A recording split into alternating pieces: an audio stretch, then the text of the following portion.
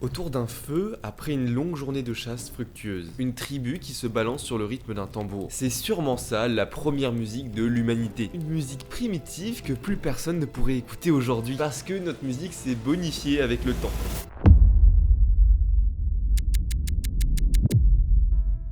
Et si c'était pas le cas? Et si les musiques les plus anciennes de l'histoire de l'humanité pouvaient résonner en nous? Et qu'est-ce qui différencie vraiment nos musiques de la leur? Et aussi, comment est-ce qu'on en est arrivé là aujourd'hui? Toutes ces réponses à ces questions se retrouvent dans l'histoire de la musique, et c'est ce que je m'apprête à te raconter. Le besoin de s'exprimer, tout par de là.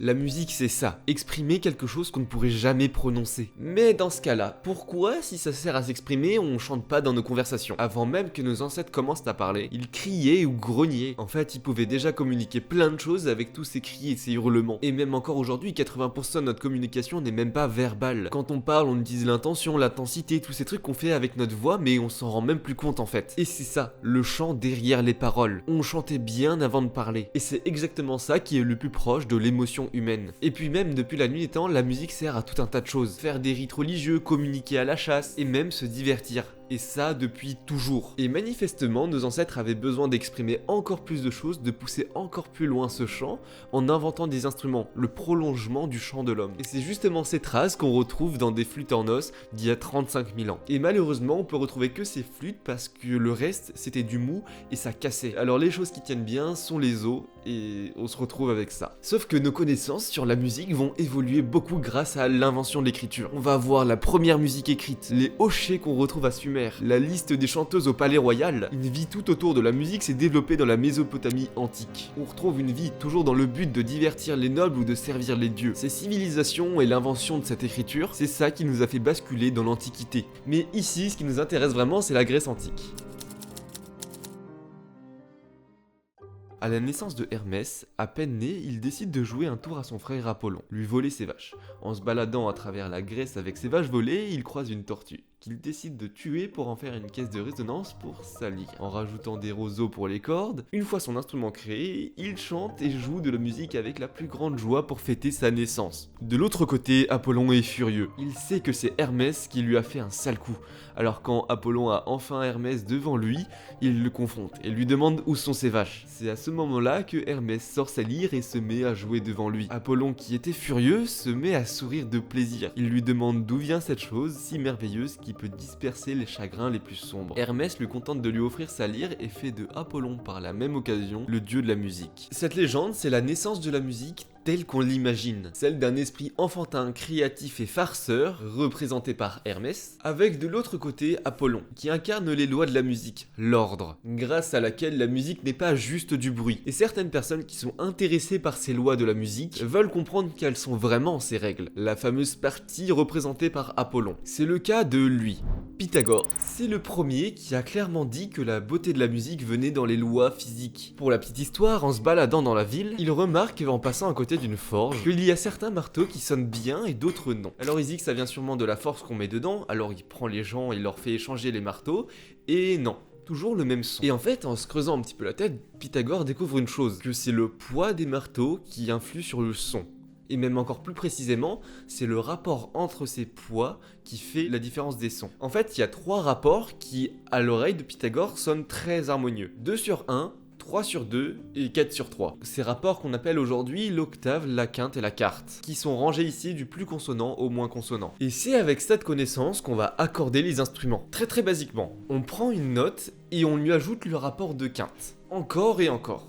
En faisant ça, on obtient toutes les notes de la musique occidentale, jusqu'à retomber sur notre note de référence. Enfin, presque, parce qu'on a un petit décalage qui s'entend horriblement à l'oreille. Pour ceux qui veulent vraiment comprendre ça, il y a cette vidéo qui l'explique très bien. Mais ce qu'il y a vraiment à retenir, c'est qu'il y a un endroit, il y a quelque chose de très faux. Mais pour l'instant, faute de mieux, on reste avec ce système. Mais ça, on y reviendra plus tard.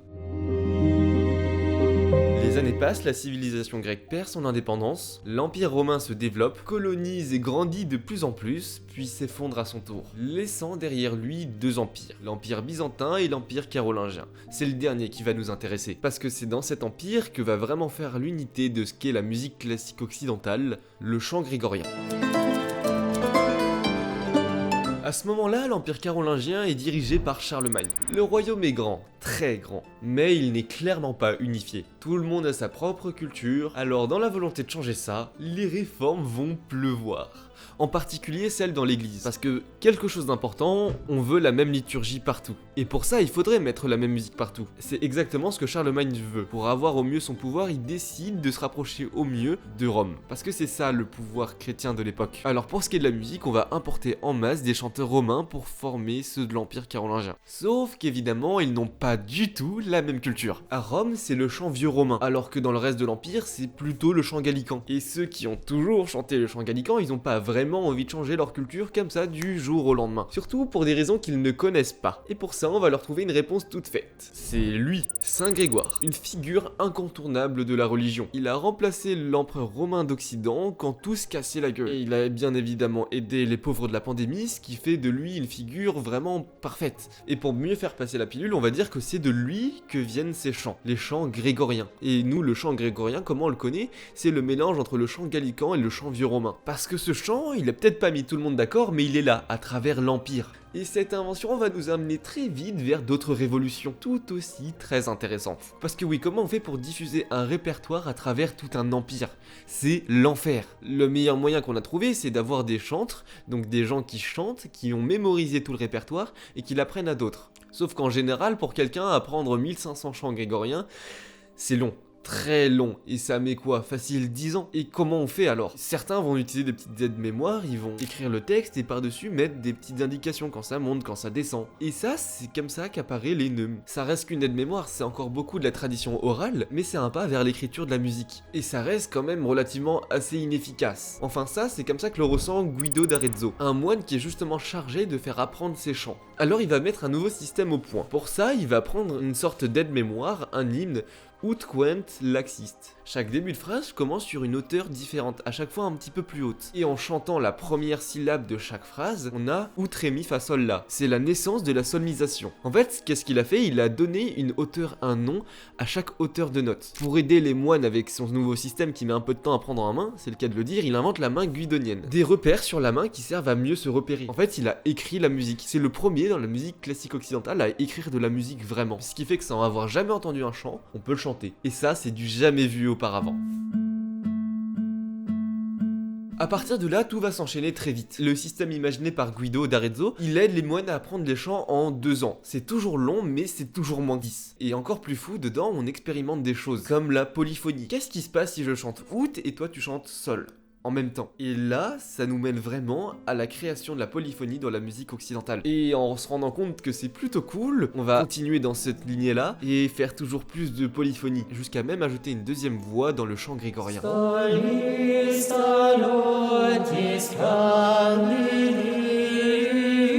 En fait, la polyphonie se développe tellement que c'est ça qui va nous faire passer dans une autre époque. Là où dans le Moyen-Âge elle est très primitive, on fait des choses très restreintes, la Renaissance va avoir un nouveau système qui va permettre de tout faire exploser. Ce qui définit au mieux cette période, c'est la volonté de vouloir refaire revivre l'Antiquité grecque. Enfin, en musique, c'est pas exactement le cas, parce qu'on commence à retrouver des textes de philosophie, de poésie, mais la musique, elle se perd. Au final, on peut pas tellement s'en inspirer, sauf quelques thèmes qui sont traités de la mythologie. Ce qui fait qu'au final, la musique de la Renaissance, elle est presque exclusivement vocale. Mais ce qui va être intéressant, c'est qu'on va avoir une scission entre la musique profane et la musique religieuse. En fait, on a toujours eu de la musique religieuse écrite, enfin, presque toujours, depuis le chant grégorien. Et là, à l'origine, il y avait de la musique profane, mais juste, elle n'était pas écrite. Et c'est là où on va commencer à avoir des musiciens qui ont été formés à l'église et au final vont arrêter de faire de la musique pour l'église et qui vont juste écrire de la musique pour le plaisir. Le cas le plus emblématique, c'est Josquin des Prés. Mais il y a vraiment une chose qui fait qu'il a pu devenir une star à son époque. L'imprimerie. Parce que oui, mais on n'y pense pas assez, mais avant, c'est très long de recopier les chants à la main. Oui, on sait les transmettre, mais ce qu'on avait, c'était un livre de référence et on apprenait autour. On se le transmettait très peu, ce livre. Et avec l'imprimerie, ça commence à devenir intéressant, parce qu'on a un exemplaire qu'on peut faire tellement répliquer à fond. C'est exactement parfait pour le diffuser dans toutes les villes. Et grâce à ça, il a pu avoir sa renommée et développer encore un style qui a fait un peu sa figure, c'est la chanson polyphonique.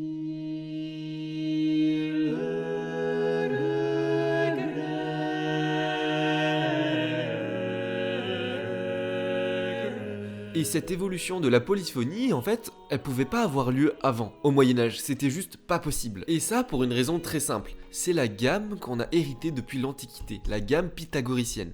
Si tu te souviens bien, tout à l'heure je t'expliquais que dans la gamme il y avait un endroit où les notes étaient fausses. Alors pour éviter que ces intervalles fonctionnent pas bien, on en évite beaucoup d'autres. Mais à la Renaissance, on a vu à quel point c'était bien la polyphonie, on adore ça, on en veut à fond. Alors qu'est-ce qu'on fait? On change de manière de s'accorder. Même si c'est de la musique vocale et qu'on peut changer les notes, en réalité ça nous aide beaucoup de pouvoir s'accorder parce que c'est dessus qu'on calque la musique. Au lieu de laisser une fausse note en plein milieu, on va prendre notre gamme, notre mode plus précisément, parce qu'avant ça fonctionnait un peu différemment, et on va lisser la fausse note entre des notes qu'on n'utilisera pas. Ce qui fait qu'en fait, on est très restreint à utiliser 7 notes maximum. Alors que dans la musique, on sait déjà qu'il y en a 12, mais on les utilise pas. Et ça nous rajoute d'autres notes, parce qu'on avait déjà des intervalles qui fonctionnaient bien pour sûr. L'octave, la quarte et la quinte sont des intervalles qu'on considère comme purs. Il n'y a aucun problème, on les garde. Et on va rajouter à ça les consonances qu'on dit impures, la tierce et la sixte, qui avant étaient vraiment vues comme une dissonance au Moyen-Âge. Grâce à cette révolution, on voit beaucoup plus loin derrière les notes, on rajoute de plus en plus de notes, ce qui fait qu'on passe à des polyphonies à 6, 7, 8 personnes, même à 8 voix pour être précis, et c'est complètement fou. Et c'est vraiment ça la Renaissance, de la polyphonie dans tous les sens. Sauf que dans les églises, ça fonctionne pas trop.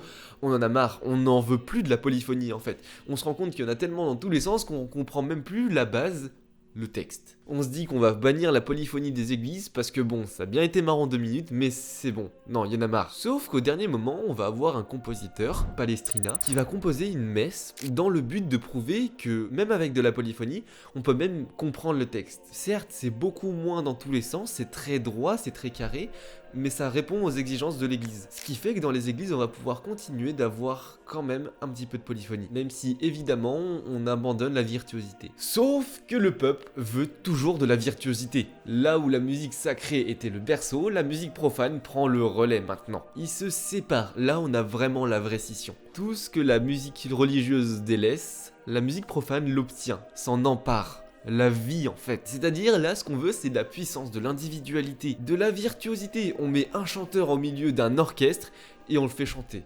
On le met en théâtre. C'est la naissance de l'opéra.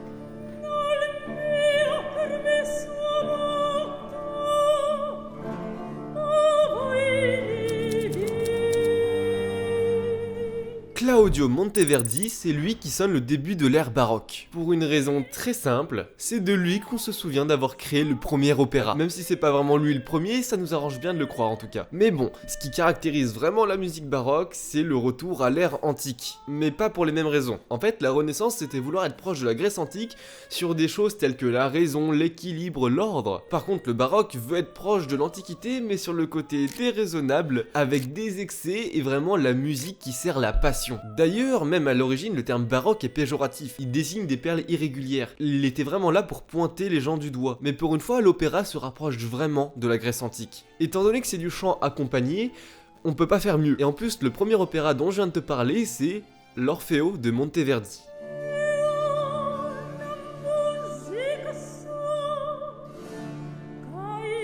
L'Orfeo de Monteverdi, c'est vraiment une révolution pour l'époque. On va se mettre à utiliser la musique dans le théâtre. Pour créer au mieux un univers, même sonore, on va utiliser les cuivres pour parler des enfers. Et ça, pour plein d'autres choses, on veut vraiment raconter une histoire. Celle de Orphée, un grand poète et musicien qui se marie à Eurydice. Le jour de ses noces, Eurydice se fait mordre par un serpent. Orphée essaye d'arranger sa peine avec la lyre, mais en vain. Les dieux sont tellement émus par son sort qu'ils décident de donner une chance à Orphée, celle d'avoir un accès aux enfers pour sauver sa promise. Grâce à sa lyre, il endort Cerbère, arrive devant le dieu des enfers Hadès, et sa femme Perséphone. Mais Hadès a pas vraiment envie de rendre Eurydice. À côté de lui, la femme du dieu des enfers Perséphone le supplie. Mais Hadès est réticent, il veut pas. Mais après quelques négociations, il accepte à une seule condition, que Orphée ne se retourne pas avant d'être sorti des enfers. À ce moment-là, Orphée et Eurydice sont sur le chemin de la sortie des enfers. Mais quelque chose cloche derrière lui. Orphée n'entend rien derrière lui.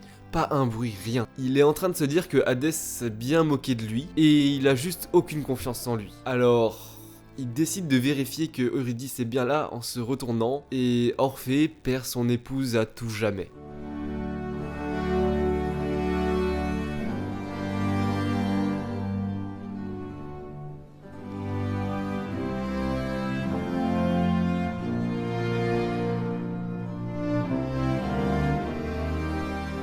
L'opéra, par le simple principe que c'est une voix accompagnée, change absolument tout, rien que dans la manière de chanter. Là où dans la polyphonie, chacun avait une importance à son moment, là il y a juste quelqu'un qui domine. Et ça, ce principe, c'est vraiment ce qui va faire l'essence de la musique baroque, jusqu'à créer quelque chose qui la définit tellement bien, la basse continue. En fait, dans l'opéra, on différencie vraiment deux choses, le soliste et l'accompagnement. Le soliste a une voix super importante et l'accompagnement, on va le réduire à quelque chose de la plus fondamentale, la basse. Parce que c'est ça le fondement de la musique occidentale. Et par extension, on va commencer à comprendre comment cette basse fonctionne, on va l'harmoniser de plein de sortes, jusqu'à en faire quelque chose de tellement important que c'est vraiment ça qui compte dans la musique baroque, c'est la règle de l'octave. Alors, c'est un standard. Il y a plein d'autres outils dans la composition de la musique baroque, mais c'en est un. C'est la règle, c'est le compas de base, c'est la structure qui va régir un peu comment fonctionne l'harmonie grâce à la basse. C'est dur de se rendre compte de l'importance de cet outil, mais en fait, tous les musiciens de l'Europe utilisaient cet outil. Jusqu'à un point où on est passé de la musique modale, celle où on utilisait des modes, comme dans la Renaissance et même avant, à la musique tonale. C'est le vrai pivot de l'harmonie. Là où les modes ont un vrai charme dans les intervalles, là ce qui va faire la beauté de la tonalité, c'est les différentes tonalités entre elles. Et on va commencer à en explorer de plus en plus. C'est dans ce style, et toujours dans la continuité de l'opéra avec un soliste et un accompagnement, que va naître le concerto. Un soliste, un orchestre qui accompagne, avec de la passion, de la virtuosité, quelque chose qui brûle. Et même dans l'opéra, on veut de la virtuosité, toujours plus rapide, toujours plus agile, surtout en Italie, qui ont un système de musique assez particulier. Parce que eux, dans la manière dont ils constituent leurs musiciens, c'est qu'ils récupèrent les orphelins qui sont destinés à mourir dans les rues, ils les mettent dans des conservatoires pour les protéger, et pour leur apprendre un métier, on fait ce qu'on sait faire de mieux là-bas dans les églises, c'est la musique. Ceux qui ont un don ou une chance de devenir les stars de leur époque, en passant par des procédés un peu particuliers, comme la castration. L'exemple le plus parlant, c'est lui, Farinelli, un soprane avec la voix riche et rayonnante. Entraîné au chant dès son plus jeune âge, il s'est fait castrer à l'âge de seulement 9 ans, dans le seul but de conserver sa voix d'enfant. Bien sûr, ça suffit pas de juste castrer pour faire des stars. Ce qu'il faut, c'est de l'entraînement, beaucoup d'entraînement. Mais cette voix angélique, c'est quelque chose qui plaît beaucoup en Italie, mais aussi dans d'autres pays. Mais en France, c'est pas le cas, parce qu'en fait, l'opéra en Italie, il s'est un peu vidé de son sens. À l'origine, c'était la volonté de raconter une histoire qu'on mettait en musique. Et justement, à force de toujours mettre de la virtuosité, on comprend plus l'histoire. Et les Français, ils essayent de renouer avec ce que faisait l'essence de l'opéra. Raconter une histoire, la noblesse, l'art, la mythologie grecque, tout ça. Et cet équivalent de l'opéra, c'est la tragédie lyrique, qui a été vraiment instaurée par Jean-Baptiste Lully, la figure phare du baroque français, au service du roi Soleil en personne.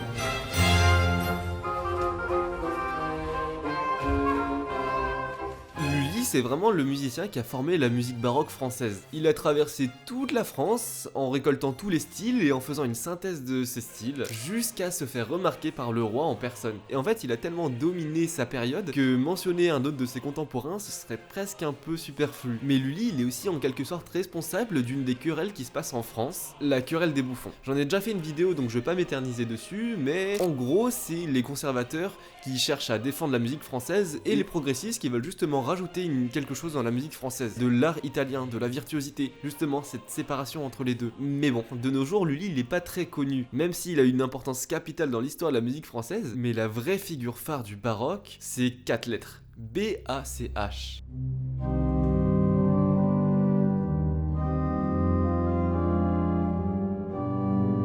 Jean-Sébastien Bach.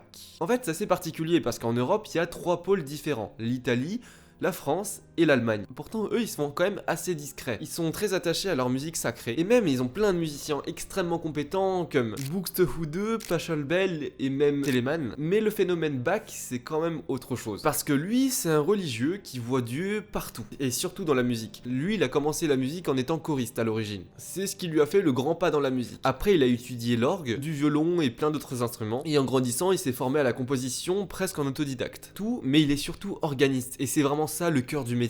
Il est passionné et on peut pas lui enlever. Quand il improvise, on le critique, on dit que c'est toujours trop long, trop bizarre, trop fantaisiste. Mais en fait, c'est exactement ce qu'on aime chez Bach, surtout quand il nous sort des chefs-d'œuvre comme ça.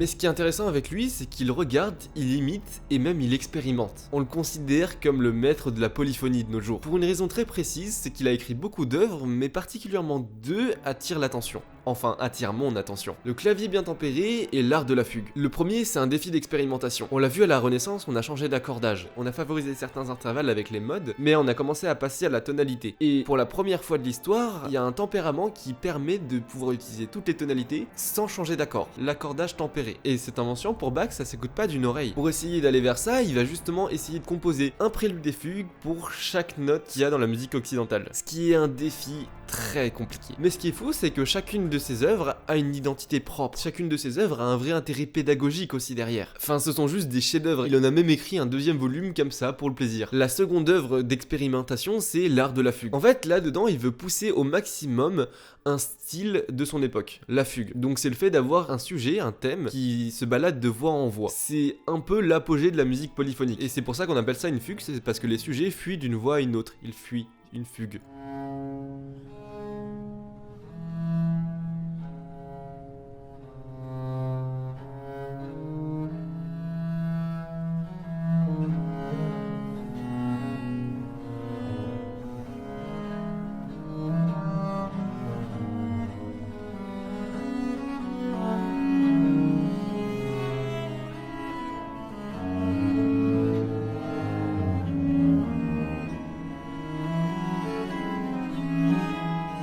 Mais bon, les fugues, ça reste quand même de la musique très rigoureuse. Et Bach, il se demande jusqu'à où il peut pousser cet art. Et alors il prend un sujet, il le triture dans tous les sens, et c'est juste un régal. Je me permets vraiment par contre de préciser, parce que ça me tient à cœur, que ça a été écrit pour on sait pas quel instrument. On dirait que c'est écrit pour des voix, mais j'ai juste l'impression que c'est purement théorique à la base, et qu'il n'y a pas vraiment d'instrument fait pour ça. Mais bon, Bach, avec ça, il pèse dans tous les domaines. À tel point que j'ai besoin de poser ça ici, une œuvre que j'adore.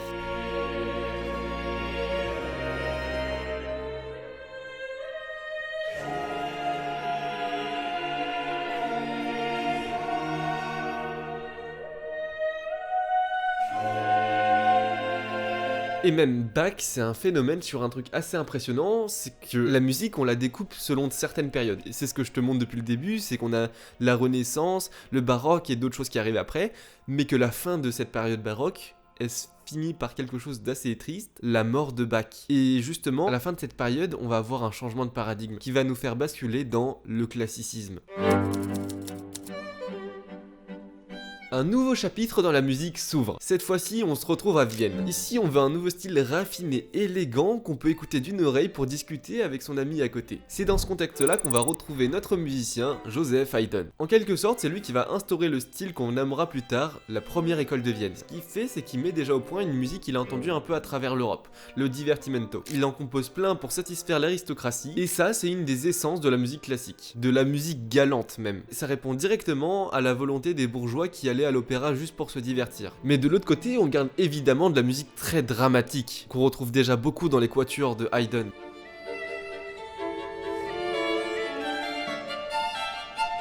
En tout, ces quatuors à cordes, il en a écrit 83. Et dans cette petite révolution, dans ce nouveau style de musique qui est écrit, on abandonne complètement la basse continue du baroque. On veut quelque chose de plus libre. Sauf que quand on enlève de la structure quelque part, on est obligé de la récupérer ailleurs. Et là, elle se retrouve dans la forme sonate. C'est le fait de prendre un élément thématique, A, l'exposition, qu'on va développer dans B, et qu'on va remontrer dans A', où il aura un petit peu changé. C'est cette fameuse forme ABA. Et on peut pas parler de musique classique, précisément du classicisme, sans parler de cette forme, parce qu'elle est absolument partout. Et à commencer dans les symphonies.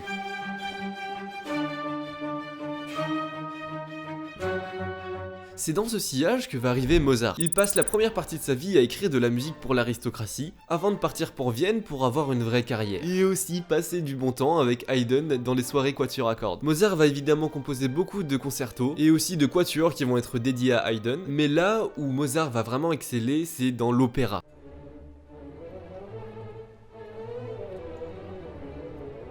Don Giovanni, la flûte enchantée, les noces de Figaro et tellement d'autres, Mozart devient la coqueluche de la cour. On veut de lui partout. Mais il commence à être de moins en moins présent. Quand on le voit, il est tout tremblant. Sa santé se dégrade jusqu'à cette nuit du 5 décembre 1991 où Mozart décède.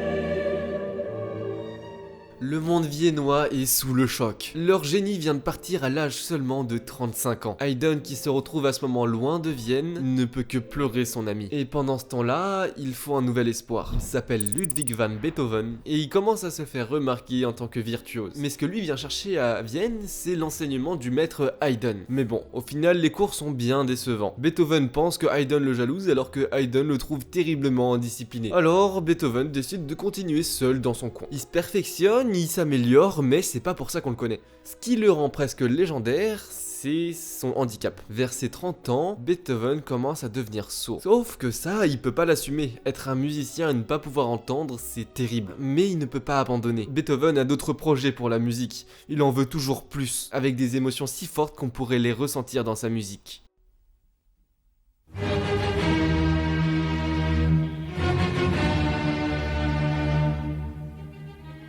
Mais Beethoven ne peut pas s'arrêter là encore une fois. Il doit dire toujours plus, il a tellement plus à raconter. Alors dans l'orchestre, il rajoute plein de musiciens, il rajoute un chœur dans tous les sens. Tout ça pour raconter son histoire. Jusqu'à arriver son chef-d'œuvre ultime, cette symphonie légendaire, la 9e symphonie.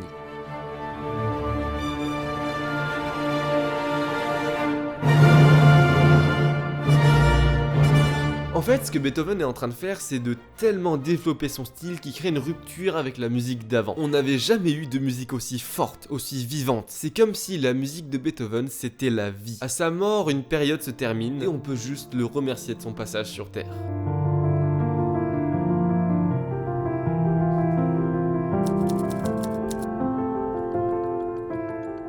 Les musiciens après Beethoven sont soumis à une question terrible. Comment écrire après Beethoven? Parce qu'ils ont l'impression qu'il a déjà tout dit, tout raconté, tout composé. Ce qui est sûr, c'est qu'ils ne veulent pas d'une musique pour l'aristocratie. Ils veulent raconter leur histoire. Et de plus en plus, ce sont les musiciens qui font des propositions au public, mettant de plus en plus en avant de l'émotion et de l'individualité. On se retrouve vers une musique plus personnelle, qui est en lien avec le mouvement artistique littéraire, le romantisme. Parce que pour une fois, les mouvements artistiques correspondent dans la musique aussi. Mais ça répond toujours pas à la question, comment écrire après Beethoven. Il va y avoir deux réponses différentes qui vont être le débat de la musique romantique. Ceux qui pensent que la musique doit évoluer radicalement, s'inspirer des autres arts. C'est ce qui va donner l'invention de la musique à programme. Une musique qui a besoin d'un titre et même d'explications pour se faire comprendre. Liszt en est le plus grand représentant avec son poème symphonique Mazepa, qui reprend le poème de Victor Hugo, du héros ukrainien Ivan Mazepa, qui s'élance à toute vitesse à travers son cheval et chute.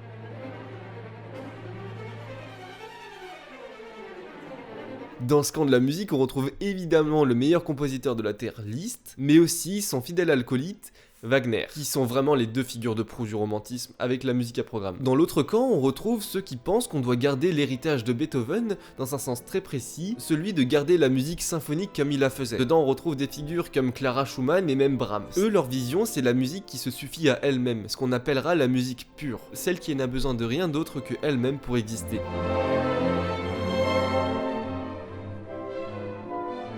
Ces deux camps se livreront une bataille féroce. Mais loin de cette guerre, on retrouve des musiciens qui ont un peu plus d'intimité, qui font leur musique dans leur coin, comme Schumann et Chopin, qui eux ont aussi le côté très émotionnel dans la musique.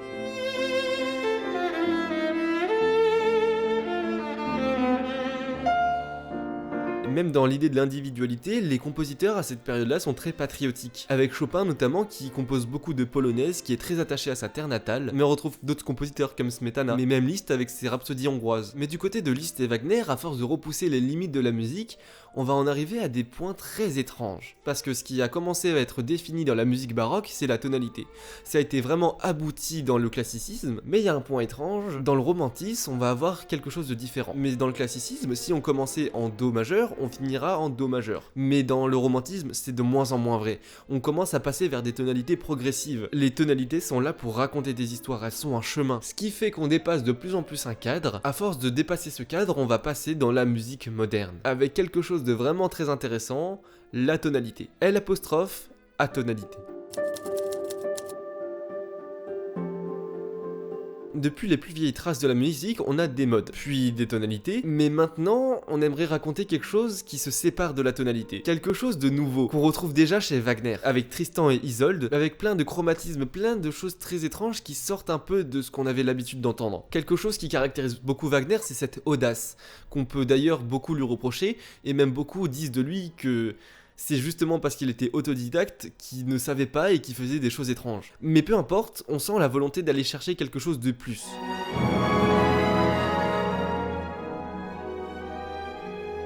C'est ce que Liszt va expérimenter dans la bagatelle sans tonalité, une des premières fois où la musique perd sa tonalité. Mais encore plus loin dans cette idée, on va retrouver Arnold Schoenberg. Lui aussi se met à essayer de composer des œuvres de plus en plus loin de la tonalité. Et petit à petit, il se rend compte que l'harmonie, le contrepoint, la tonalité, c'est des choses, des formes qui servent à donner vie à la musique. Et lui, il se rend compte qu'en voulant retirer la tonalité, on perdait une forme. Et lui, ce qu'il voulait vraiment, c'était que chaque note ait une vraie individualité. Parce que pour sortir de la tonalité, il faut que chaque note ait la même valeur. Les 12 notes ne doivent pas avoir de hiérarchie les unes entre les autres. Ça, c'est le dodécaphonisme. Et pour y arriver, il va faire quelque chose de très spécial. En fait, c'était comme à l'époque baroque, mais un peu différemment. Là, il va prendre une suite de notes et c'est un peu traité comme un sujet de fugue. On va prendre ces suites de notes, on va les retourner, on va les mettre dans un sens puis dans l'autre, on va expérimenter. En fait, c'est comme si ces notes étaient traitées comme un sujet. Et à force d'essayer, Schoenberg va réussir à écrire sa première œuvre très loin de la tonalité, la suite opus 25 pour piano. Dans cette pièce, je trouve que la musique est plus tellement dans les notes, mais entre ces notes, dans le rythme. En fait, elle est ailleurs de ce qu'on a l'habitude d'écouter. Dans les motifs, c'est même ça qui la rend très particulière et presque un peu bizarre. Mais la musique moderne, c'est pas que ça, c'est pas que la tonalité. C'est aussi la recherche de nouvelles couleurs et d'une expression très différente, qu'on retrouve chez Claude Debussy. Lui, ce qu'on va lui mettre comme étiquette, c'est l'impressionnisme. Une suite de musique qui est pas vraiment un début, une fin, mais une suite d'impressions. D'ailleurs, cet impressionnisme qui naissait déjà avec Liszt, avec les jeux d'eau à la Villa d'Est. Pour en revenir à Debussy, si on prend son œuvre Prélude à l'après-midi d'un faune, on retrouve plein de chromatismes, plein de couleurs qu'on recherche qui sont cette fois-ci pas dans la tonalité, mais dans quelque chose de nouveau, d'impression.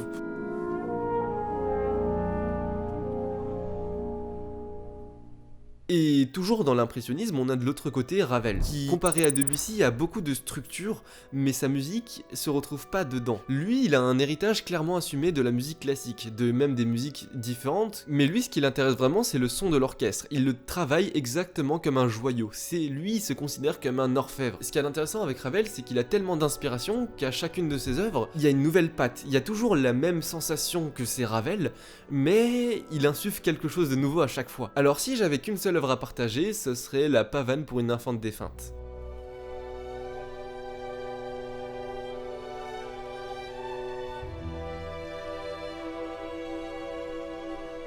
Mais avec les années qui passent, la technologie évolue et un inventeur français, Scott de Martinville, invente le premier enregistrement de l'histoire. De plus en plus, la technologie s'améliore et jusqu'à un jour où maintenant, on peut écouter de la musique un peu n'importe où quand on veut. Et même si on pourra jamais écouter les musiques du passé, on a des interprètes qui nous livrent leur version du passé, qui elle est une fenêtre directe vers ce passé, vers la musique que faisaient et écoutaient nos ancêtres.